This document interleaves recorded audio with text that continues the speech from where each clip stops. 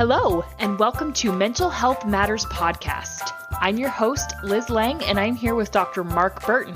In this podcast, we will talk about all things mental health. Thank you so much for joining us.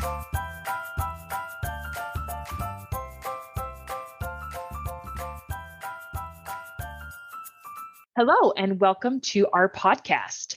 Why don't you go ahead and introduce yourself, Mark, and tell me about who you are and what you do? Okay, my name is Dr. Mark Burton. I am a psychologist.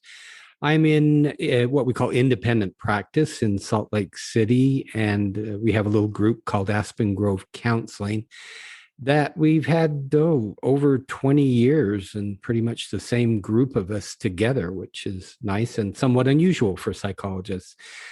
My areas of interest, I do see couples, a lot of couples, but also a lot of individuals. And in the last year, it's certainly been interesting with COVID and isolation. And as far as, emotional health or mental health goes, we're busier than we have ever been, which I guess should not be surprising to anyone given the context of our lives. Yes, this year has certainly been crazy. Challenging and interesting in a lot of ways. Yeah, and I'm not at all surprised to hear about the uptick in clients, which is one of the reasons I thought of doing this podcast. So I myself have struggled with anxiety and depression for about 8 years now, and I myself am very open about it. I'm very willing to talk about it, my experiences, what I've been through. And I know that's unique to a lot of people with anxiety and depression. And so my goal for this podcast is to be able to help reach people who, for whatever reason, they don't want to reach out, or maybe they're struggling. It's new to them. They're not sure how to deal with it. And I want to be able to help them through my experiences. And I am so excited to have you, a psychologist, doing this show with me, to be able to give us insight and tips and tools on how to naturally cope with anxiety and depression. I'm really pleased to be doing it as well. And I have to admire your courage because there is, in our culture, stigma attached to either seeking help or even having those issues, anxiety and depression. And so if what we can do with this is take away some of that stigma and make getting help more accessible, that would be great. That's a perfect goal. Yes, that is the goal. So let's go ahead and jump right in. Natural methods for coping with anxiety and depression. Why don't you give me your top 3 tips for coping? Okay. So can I talk just a little bit about anxiety and depression? Because a lot of people don't realize that as a species, we have evolved to be anxious. And so in some ways, anxiety is somewhat of a natural state. But what happens is when the anxiety becomes too big, then it becomes overwhelming. And that then impacts negatively, our productivity and our relationships. So if you think about it from an evolutionary standpoint, the guy, 10,000 years ago who was on the savannah in Africa, and the guy who was paying attention to where the lions were, he's the guy who survived. So a little bit of anxiety helped him survive. And the guy who wasn't paying attention, well, he's the guy who didn't survive. So in a lot of ways, we come by this, pretty honestly. But what happens is, 10,000 years ago, you might have been anxious about the lion coming after you.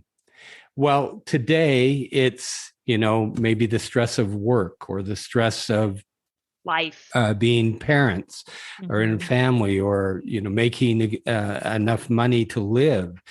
But what happens is our brain interprets it in the very same way. So it doesn't matter whether there's the lion or the bear that's coming after you, or whether you feel stressed because maybe you don't have enough money or there's too much work, or maybe the kid. It's like what I've heard from a lot of parents in this COVID time, working and doing homeschooling. That is incredibly stressful, but It's our brain hard. it's hard, and our brain interprets it the same way. Mm-hmm. So that's anxiety. Now, there are certainly medications that people can take to help with anxiety and depression, Mm-hmm. but I think they're all with side effects. Now, if we take anxiety, we're talking about it in a very general way, but I think there are 6 or 7 different types of, as far as the diagnosis of anxiety, but we'll just talk about it in a general way. Now, so medication for anxiety, what we call an anxiolytic, like Valium, for example. Mm-hmm. Mm-hmm. Now, I think it's probably pretty hard for a doctor to give a prescription of Valium now, because it's very addictive. Powerful. It's powerful and it's addictive. And it doesn't really address the core issues. What are the reasons, or what's the context of your life that makes you anxious? Mm-hmm. So I think approaching it from a natural perspective is really a better way to do it, because you don't have the side effects. So here are the 3 top things with. Now, this is for anxiety and depression. Right. Good sleep. Good sleep. Now, and I don't know what it's like, say, with your friends or family. Mm-hmm. I have my own issues as I'm getting older, and the clients that I see, there is a lot of disrupted sleep in our culture. Yes. And I think there are a lot of reasons for that. Certainly the stress, the way we live our lives, not enough time. We mm-hmm. feel like there's always something to do, which is probably true for most of us.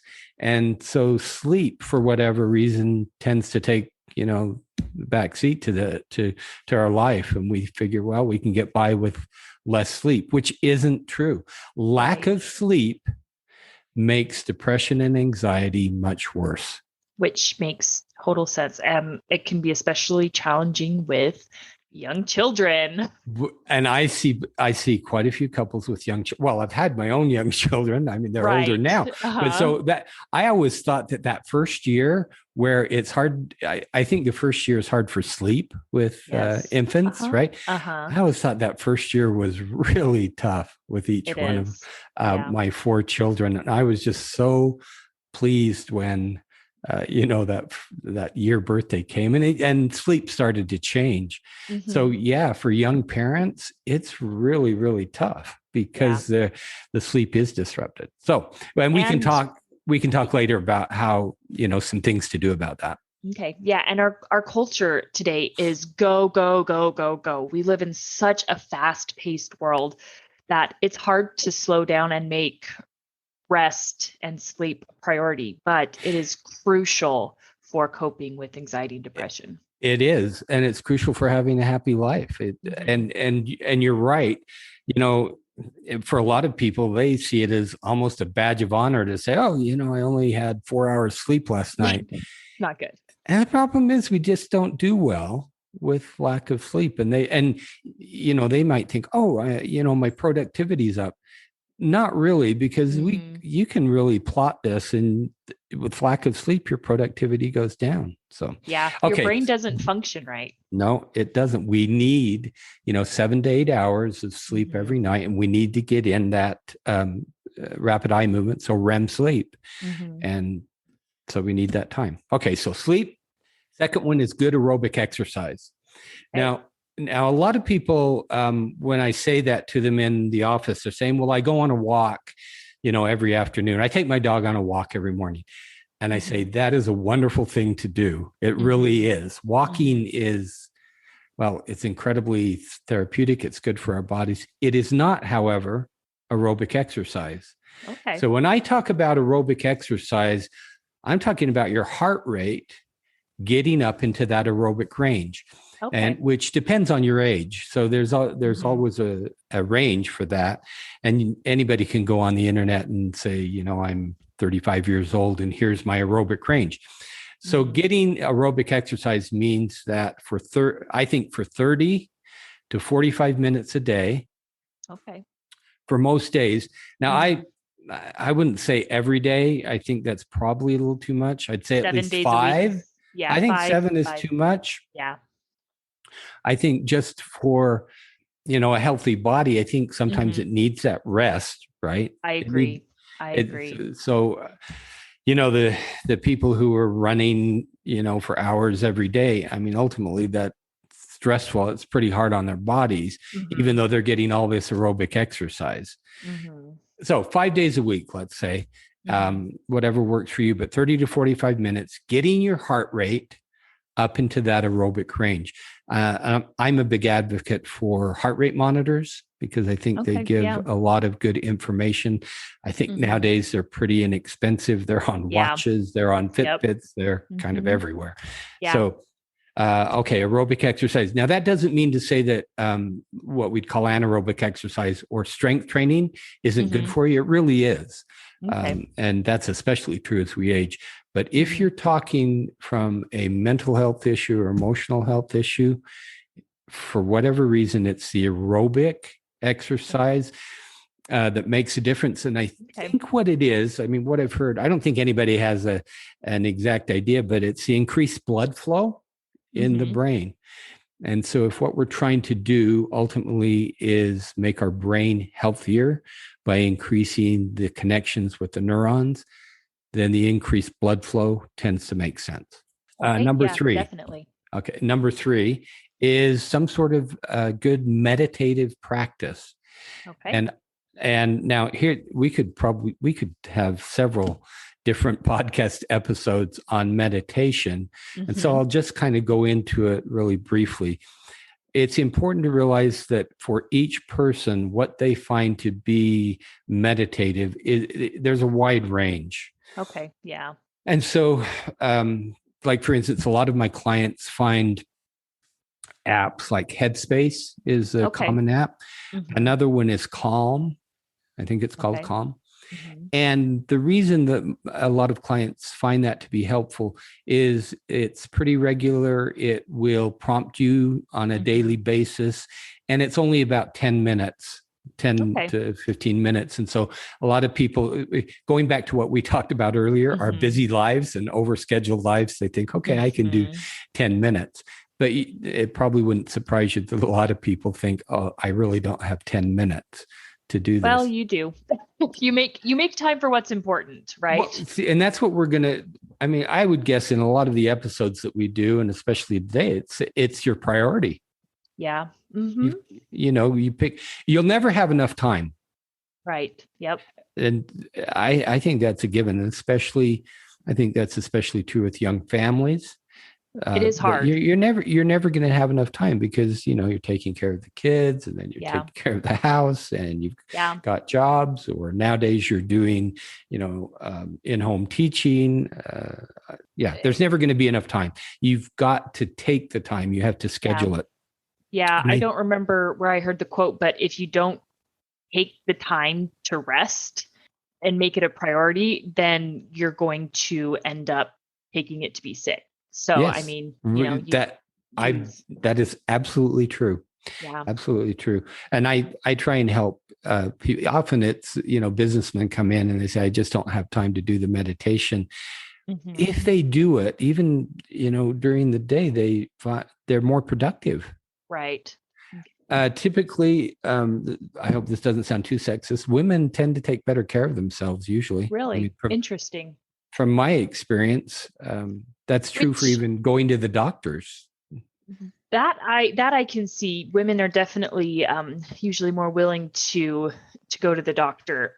But it's surprising because typically women tend to take on more, so I find that interesting that in your experience, women tend to take better care of themselves because, I mean, we have a hard time saying no. Right. But I think they can also, I think they probably do a better job at prioritizing things that are important. But we can talk about what we call self-care in a bit, because I think that's an important component. But getting back to a meditative practice, a lot of people don't know about what I call guided imagery. Okay. So guided imagery, I think the apps like Headspace and Calm probably fall into that category. But you can go to, there's a website called healthjourneys.com. And if you go there, they have a lot. I think it's the best collection of what are called downloadable MP3 files. And you can find guided imagery for anything, for being angry, for anxiety, for depression. And what the reason a lot of people don't use them, time again, because they're usually 20 to 25 minutes. Okay. I think they're really effective and helpful for everyone, but it takes more time. So if you're having trouble finding 10 minutes for Headspace, I find a lot of resistance around 20 to 25 minutes for guided imagery. Yeah. Well, I think sacrificing maybe 10 minutes of sleep would be better than, or would be helpful. You can do it right before you go to bed. Would even probably be really helpful, I would imagine. Right. And so if you think about like Headspace has a sub part, and I think it's called Headspace Sleep. And for instance, my wife uses it every night to go to sleep, and it's really helpful. And so there are quite a few apps that help people fall asleep. Because if we go back to sleep and anxiety or depression, a lot of people, well, there are two things. They're going to have trouble falling asleep, or they're going to wake up in the middle of the night and their head's going to start spinning with all of their worries or things they have to get done. And then it's hard to go back to sleep. So those are the two most common reasons for sleep disruption.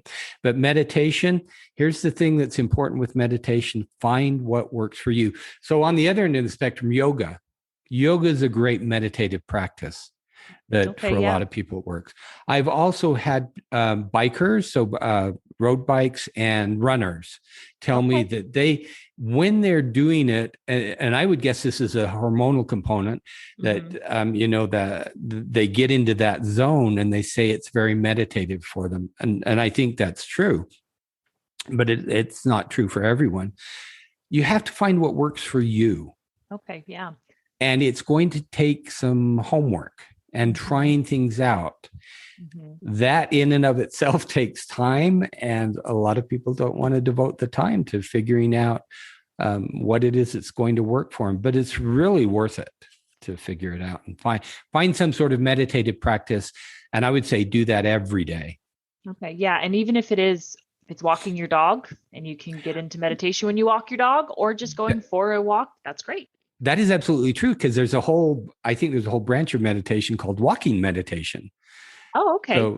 So which I don't know much about, but I think Thich Nhat Hanh, who's a Buddhist monk from, I think, Korea, it talks about walking meditation. And so, yes, you can do that.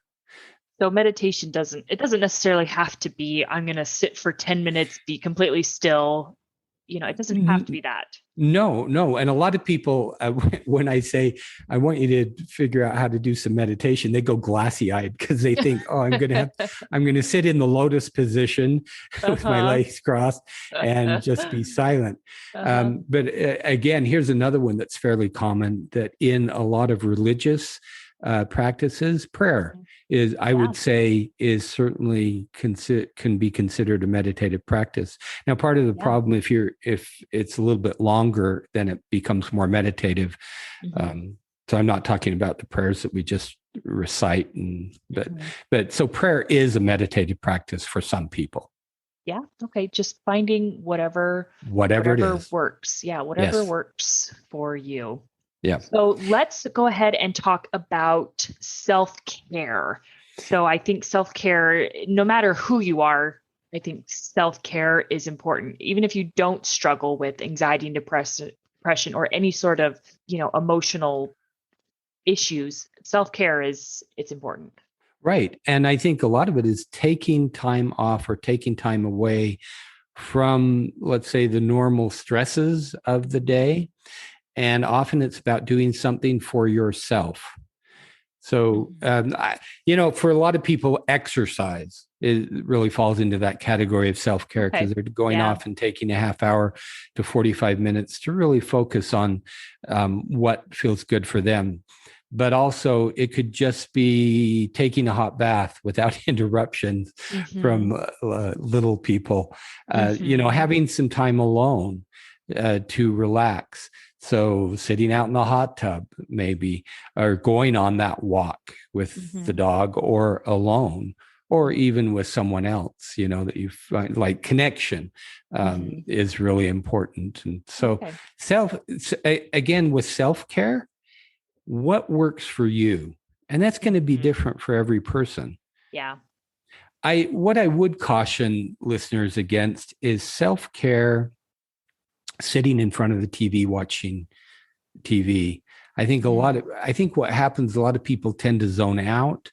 I don't know if that's very restorative.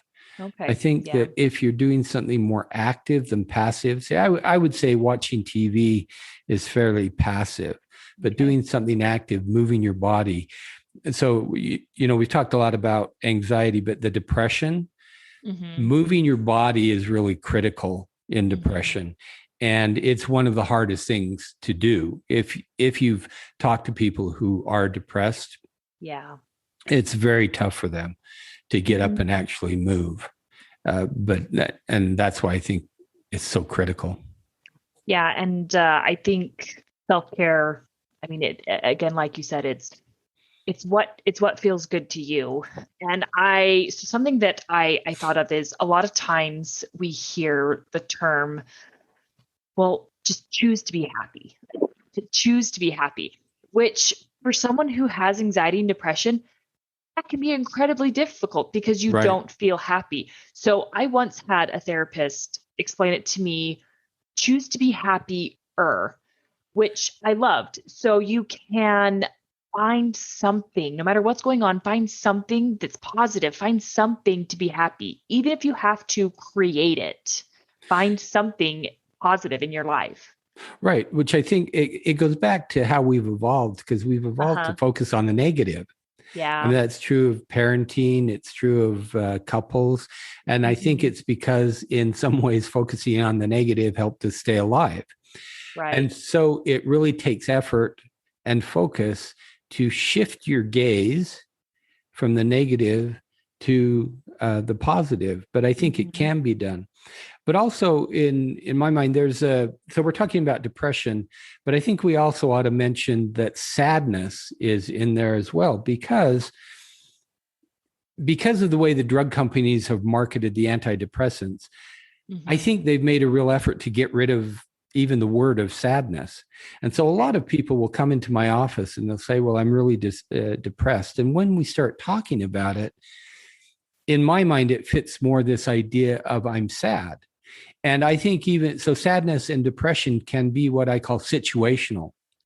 And one of the common themes that I see in depression, or even sadness, but more depression, is this sense that either all or part of the person's life is out of their control. And so what that means is that we feel like we're stuck. That's a word. Yeah. I mean, if people who might feel depressed, often they're going to use terms that sound like being stuck. And so I think this, the reason I'm saying this is it goes along with what you said, choose to be happier. I think you can choose to change the context of your life. Take control back of your life. And I saw a young man in my office Thursday night, and he was so anxious. I don't know how much weight he's lost, which is certainly an indicator of depression. He blacked out once. It was so bad. And all that has to do with the context of his work and his relationship. Now, those are things that he's not married to, but so you have some control over that. Yeah. And often we have to look at what is it that's preventing us from changing the context of our life, because often changing the context helps us to be happier. Yeah, we're in control. We are in the driver's seat with our lives, and some things are certainly out of our control. Right. But we have to focus on the things that we can control and take control. Right. And so I say that, we're talking about, okay, where are the aspects of your life that you can control? Let's list them, because often when you're feeling stuck, it's like those go away and you don't remember that you actually do have control over, a good part of your life. Now, it's true. Somebody might, one of the causes of happiness is unhappiness or depression is certainly being stuck in a job that you don't, that you don't like. That's pretty common. Yeah. You need to earn a living to support yourself. But even when you're depressed, when you're stuck, it feels like I have no way out, when really there might be a way out if you plan well. Okay. Yeah. And so it's just figuring out down the road, how could I change the context of my life where I would be happier? And often even just having a plan, what that does is it says, it helps you realize I do have control.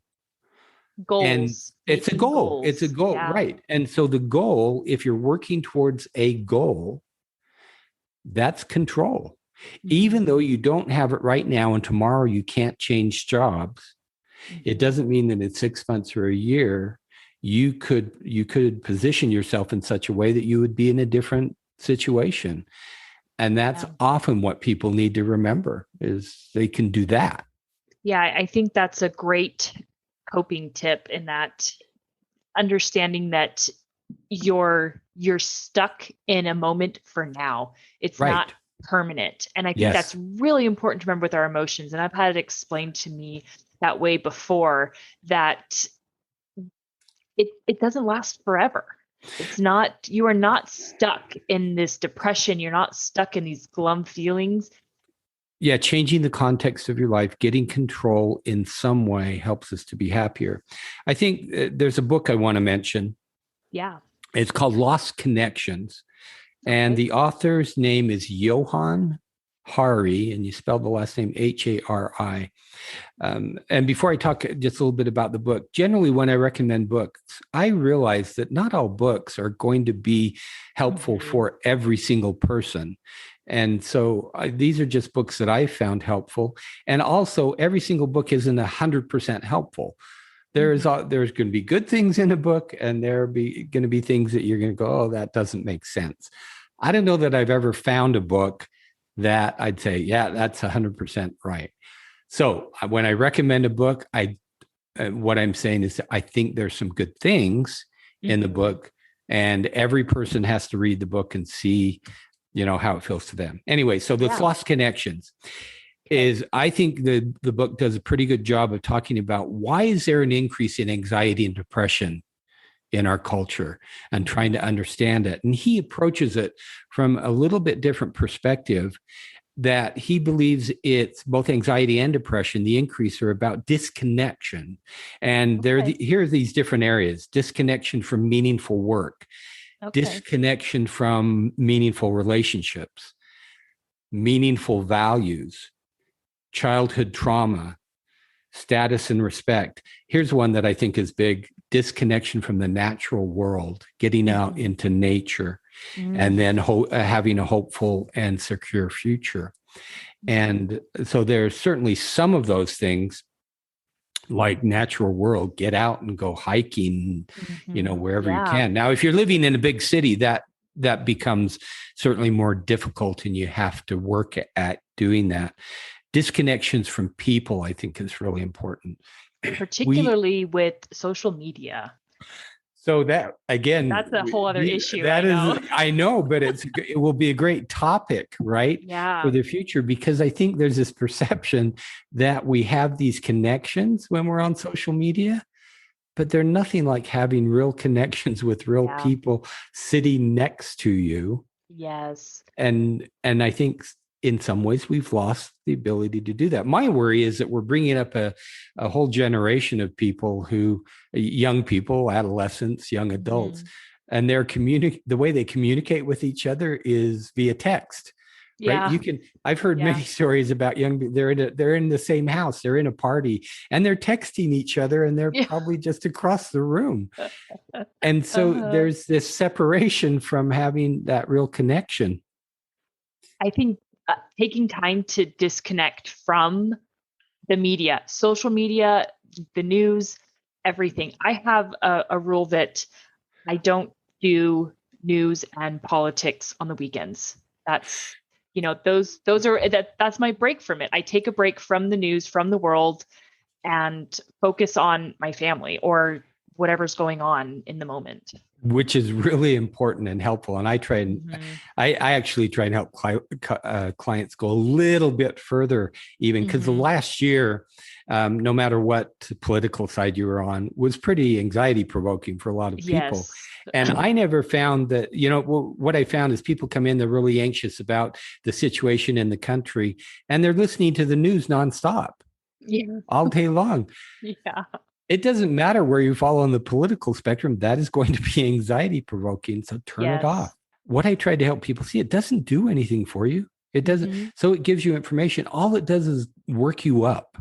Yeah. And it's not. And when people disconnect or take that electronic vacation, as I call it, they feel better and their anxiety drops. Yeah. The news will still be there tomorrow.